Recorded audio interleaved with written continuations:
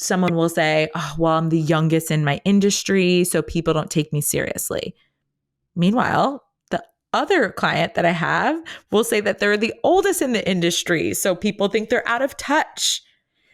Whereas if you were presenting either of those things as your advantage, the youngest in the industry could say, I'm the most impressive person in my industry because I'm doing this and I don't even have the same experience as them.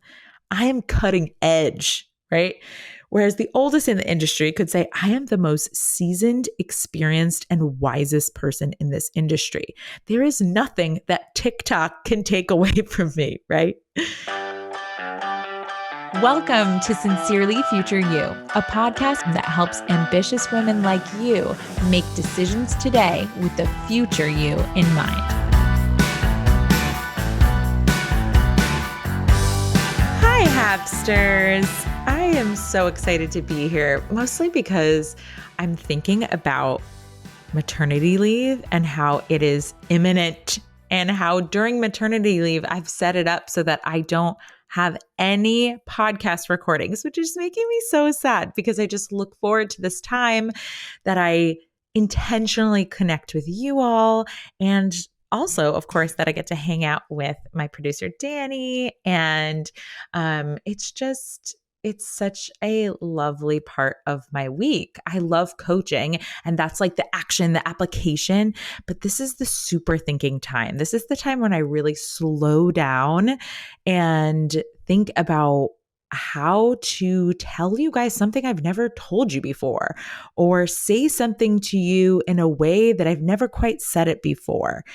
And lately, I have been in, the third trimester right now. I'm approaching 37 weeks and I am not sleeping very well. So I've been writing a lot of these episodes in the middle of the night, and this one is no exception. I wrote a couple of bullet points to it, and the idea came to me in the middle of the night, approximately like 3:45 a.m.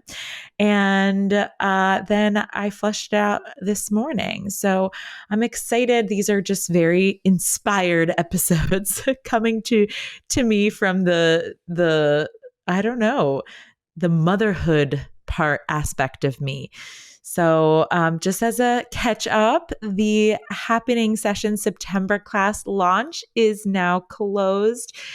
I'm so excited about this class. I'm excited about every class. Like I just always say, the classes get results faster and faster every round. And so it's really fun to see the high level of entrepreneurs that were applying this round, and people also that have been interested and listening for a really long time and just applying things via the podcast, ready to take it to the next level for this round. So I'm so excited.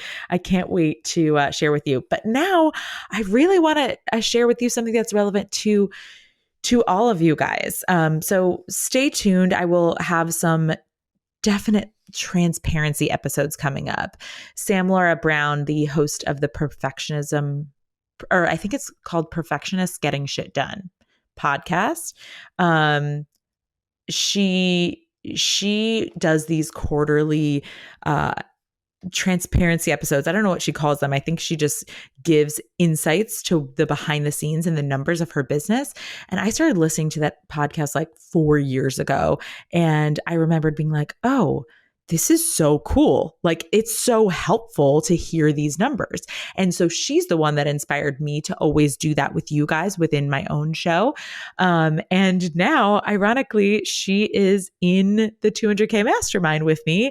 And I have even more access to her and to the insights of her business. I get updates monthly on where she's at with her revenue, like with all the stuff. But I'm just even more inspired to give you guys more access to what it looks like on the other side of a launch. So I will be sharing all of the hurdles, the things I learned, the failures collected, the wins soon. So you could stay tuned for that. And also stay tuned because I have been wanting to offer a scholarship for Happening Sessions for BIPOC women.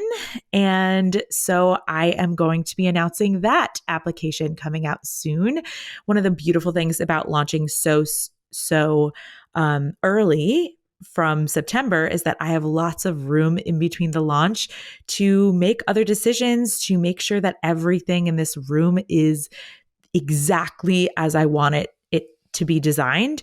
And one of those things includes diversity. I think women already are at an advantage when it comes to accessing the time and the money, or really the thoughts societally, that we can invest in ourselves in this ways, especially when we're mothers or when we are just nurturing humans that are constantly putting ourselves last. So women of color just really have it the hardest. And again, yes, maybe some of those things are fueled by thoughts, but I do think that thoughts can be almost like an epidemic of thoughts that we can get out of, but are really difficult to see as thoughts and not as circumstances from the outside, because society backs them up and kind of tells you, no, this is a fact.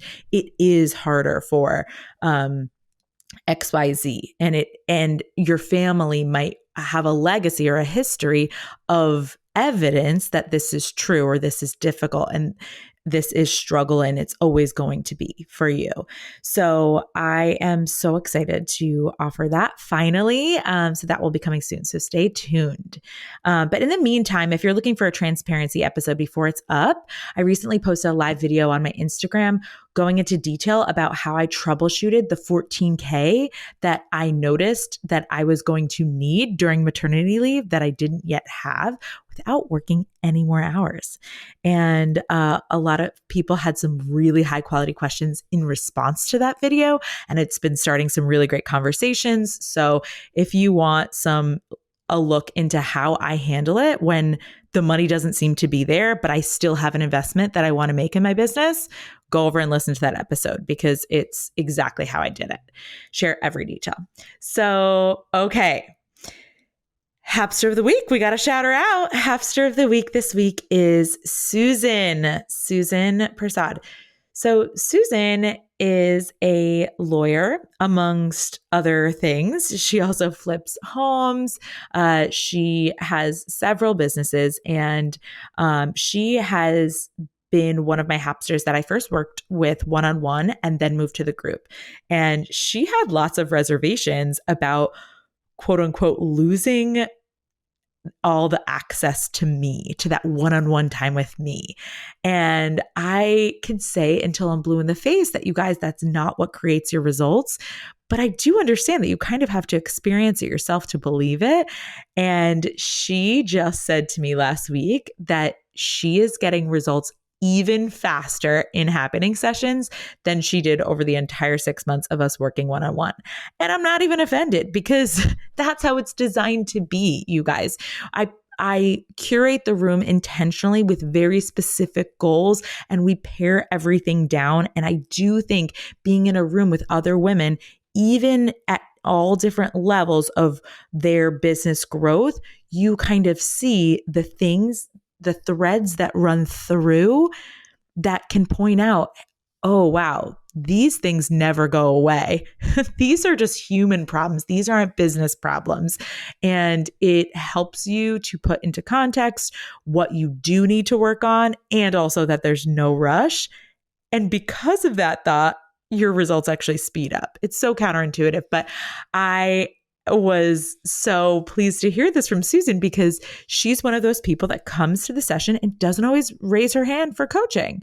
So it's harder for me to understand for those clients that aren't, journaling regularly or, tracking everything. Some people do still use the portal to gain lots of access to me in between sessions, and she's not one of those people. And I was like, I don't know. Is she enjoying it? Is she not enjoying it? Is she getting results? And she's just the silent killer of the group. Like, she's just coming in, taking notes feverishly during the sessions while other people are being coached and going and applying it and getting it done. And now she is also going to be in the September class and was talking about how she plans to apply it to in a different way to balancing her personal life and her business life and scaling back time, whereas money was always a focus and, putting in policies and some back end stuff. Now it's going to be about time. So for those of you who are kind of curious, like, okay, is this like school where I go and I graduate and then I just have all the answers? Coaching is different. It's like one of those things that you're going to get a different thing out of it every time you apply. It's why I am in my third round of the 200K mastermind going in August and am committed to 6 rounds of it, even though she sends the same workbook every time. I know my experience of it, of applying answering those questions in the workbook are going to be different every time because I'm different. I am evolving. My business is evolving. And that's the same thing for you all. So shout out to Susan. I'm not at all surprised, but I'm very pleased to see how you've been applying this work and see how you can let go of me and access to me having any impact on the results that you're getting. It is all about you guys and minding your own brain and learning how to use it as the greatest resource that you have, because it is. All right, so let's talk about the topic today, which we're going to call it making your circumstances your advantage. All right, so it's Gemini season. I'm learning from my business partner, Daphne, who's very in tune with the moon, and I am not. But Gemini season comes with a lot of duality, I'm told. I'm married to a Gemini, so I know this.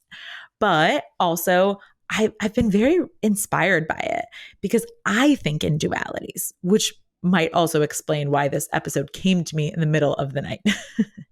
Hapsters, we seek a big life, and that comes with a greater duality, a wider range of emotions, albeit still 50-50. I always like to think of it as this graph where you have the median that's running through, that's like neutral emotion, right?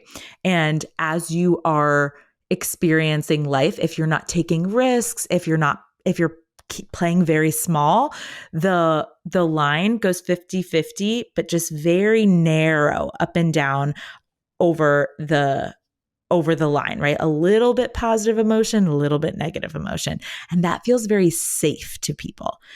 Pursuing a big life doesn't just mean that you skyrocket up. It means that you skyrocket up and it drops way down, and it skyrockets up and it drops way down. And a lot of people think that that sounds worse. And by all means, probably shut off this podcast, because if that is not the life that you want, a big life is not the life that you want, what you're saying is, I'm unwilling to experience deep negative emotion. And that is a requirement of experiencing everything big that you want to experience. You need to be willing to experience fear, like visceral fear. You need to be willing to experience failure and struggle and discomfort and constraint and delayed gratification. And that shit hurts. Doesn't feel good. And I get it that on paper, it looks a lot scarier. It looks like the wilder roller coaster, and it kind of is. But when you're the type of person that loves roller coasters and loves to like thrill seek and go into it, you start to actually neutralize the experience of going all the way down and of going all the way up. Like recently, I got a notification from Stripe that multiple tens of thousands of dollars were being sent to my thing. Like the biggest number I've ever seen come in, because this is the biggest launch I've ever had. And I was like, oh. And I'm not joking. Like I felt more extreme positive emotion when I made my very first $600.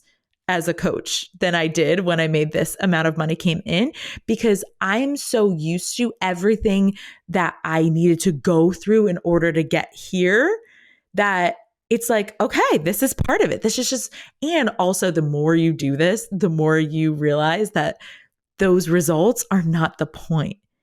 It's just about evolving, right? So I wanted to, hopefully you're watching the YouTube so you could see my little like graph analogy. Otherwise, hopefully you're not confused. But I love to remind myself and my clients of this duality and this variedness when we're focusing on the negative.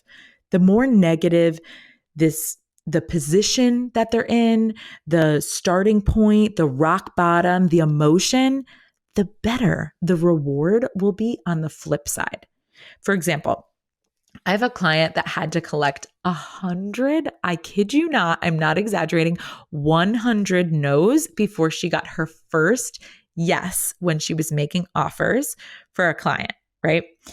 The emotion she felt creating that client, that first yes, was deep. It was profound. It was much greater than anything she could have ever accessed had the first client consult that she had said yes. So I want you to be all in on your negative because it doesn't deprive you of the positive. It just deepens it. I have a client, Ashley, who I've mentioned before on the podcast, who has had to overcome a ton of adversity to get into coaching. She sourced money. She had to wait several rounds painfully. And now she is living in the coaching. Her wins that come out of coaching feel so earned to her.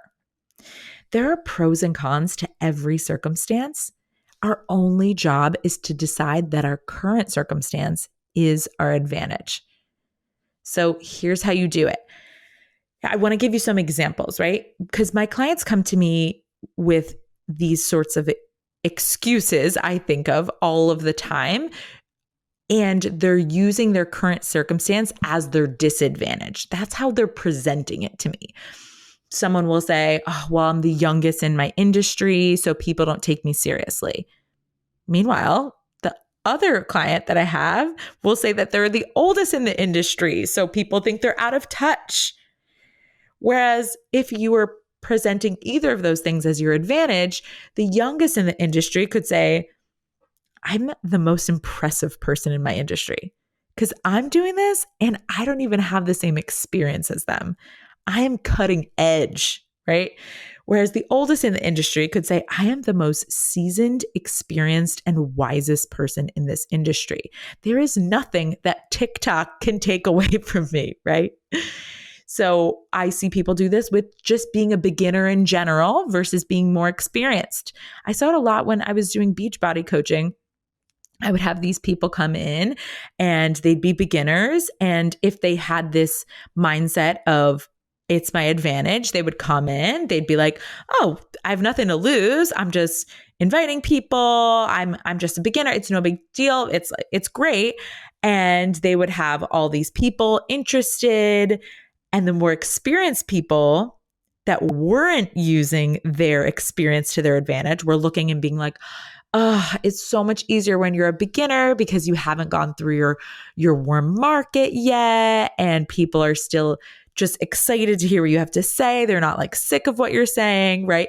Whereas the beginners that are not using beginner energy to their advantage are looking at the experienced people and being like, well, I'm just a beginner. I can't claim that I'm the best coach for them because I just don't have the experience yet.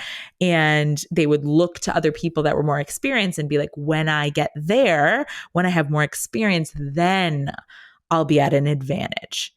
And being both beginner and experienced myself as a life coach, as a business coach, and as a fitness coach back then, I know that there's not a difference.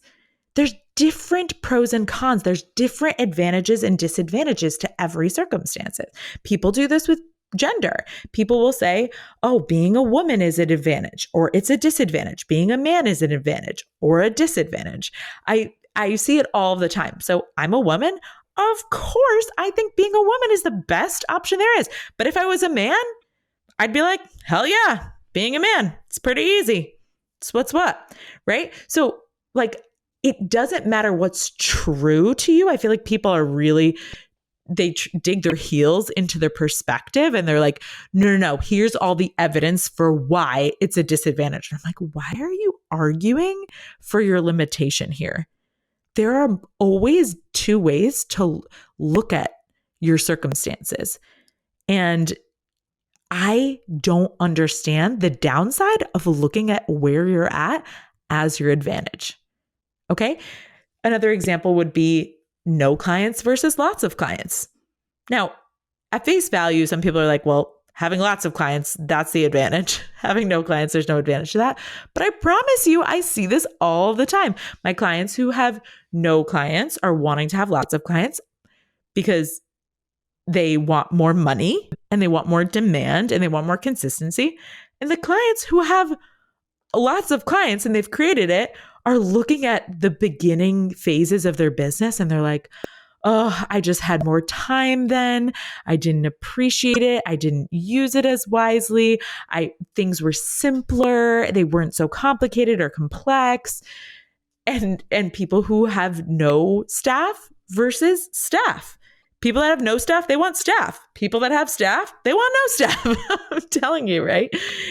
So 1 year into business versus 10 years. I could go all day with the examples, you guys, because this duality does not create a difference in advantage. I will always, always, always be able to find the advantage to where you're at. In fact, just on a walk the other day with my husband, he was talking about a place that he was at in his circumstance. He was like, you cannot find an advantage to me. He was talking about on his football, in his college football days where he, I think it was about his record. Like he never scored a touchdown that resulted in the win of a game. And he's like, you can't tell me that that's an advantage. And I was like, absolutely, I can. And we went back and forth and ultimately he ended up agreeing that the emotion he felt from the one touchdown that he had his senior year that ended up like creating a difference in the game was the highlight of like the people that caught touchdowns all throughout the season never got to feel what he felt on the field that day. And I was like, you can't compare it because you haven't been in their shoes, but I promise you it's an advantage. And he talks about this story as it's such a treasured memory for him. And I'm like, I'm so glad for you. Like he was a walk-on. He wasn't expected to start. And then he ended up starting. Like kick ass. It's so awesome for him. So I want you guys to find this. Now, I want to make a quick note here. This is not an endorsement for toxic positivity. If you don't know what that is, toxic positivity is basically when you just pretend that everything is great. I'm not suggesting that you love every phase that you're in. I'm not suggesting that you think, I love having no customers, or I love having negative profit, or I love failing to achieve my goals. You don't have to want to stay where you're at in order to recognize and love the role that where you're at plays in where you're going. I love to dream bigger. I use my future self as my guide and evolve towards her. But I do not pretend that when I get there, it's going to be better there than here. One story that I tell my clients all of the time, I believe I've told it once on the podcast here, was when I was pregnant with my son, Calvin, and financially we were paycheck to paycheck, constantly worried about overdrafting, and my car got towed.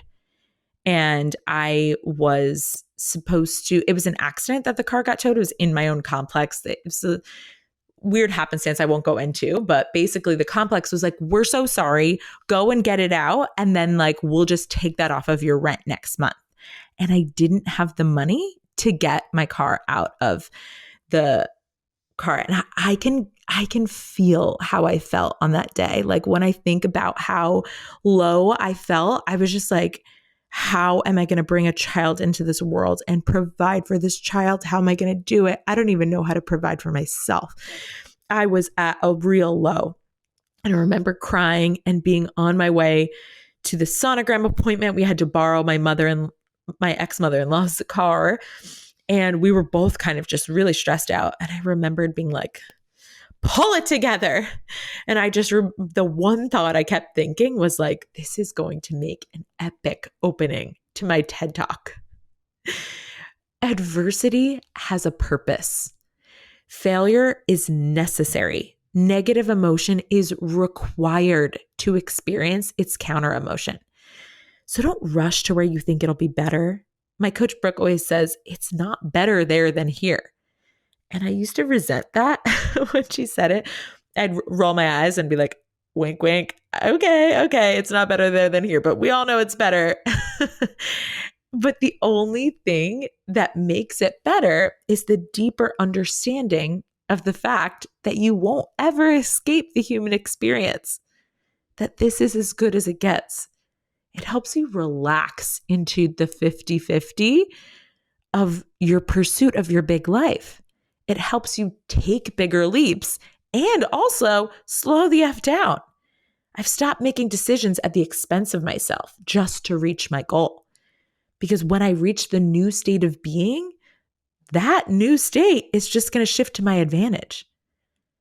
It doesn't actually take me from a disadvantage to an advantage. It just shifts what the advantage is. So let's be where we're at. I want you to take a deep breath, Hapster, and say, I am exactly where I'm meant to be. You shouldn't have failed less or succeeded quicker. Your particular situation is your exact advantage. You just have to make sure you're finding out exactly how. So here's the high quality question that I'm going to leave you with.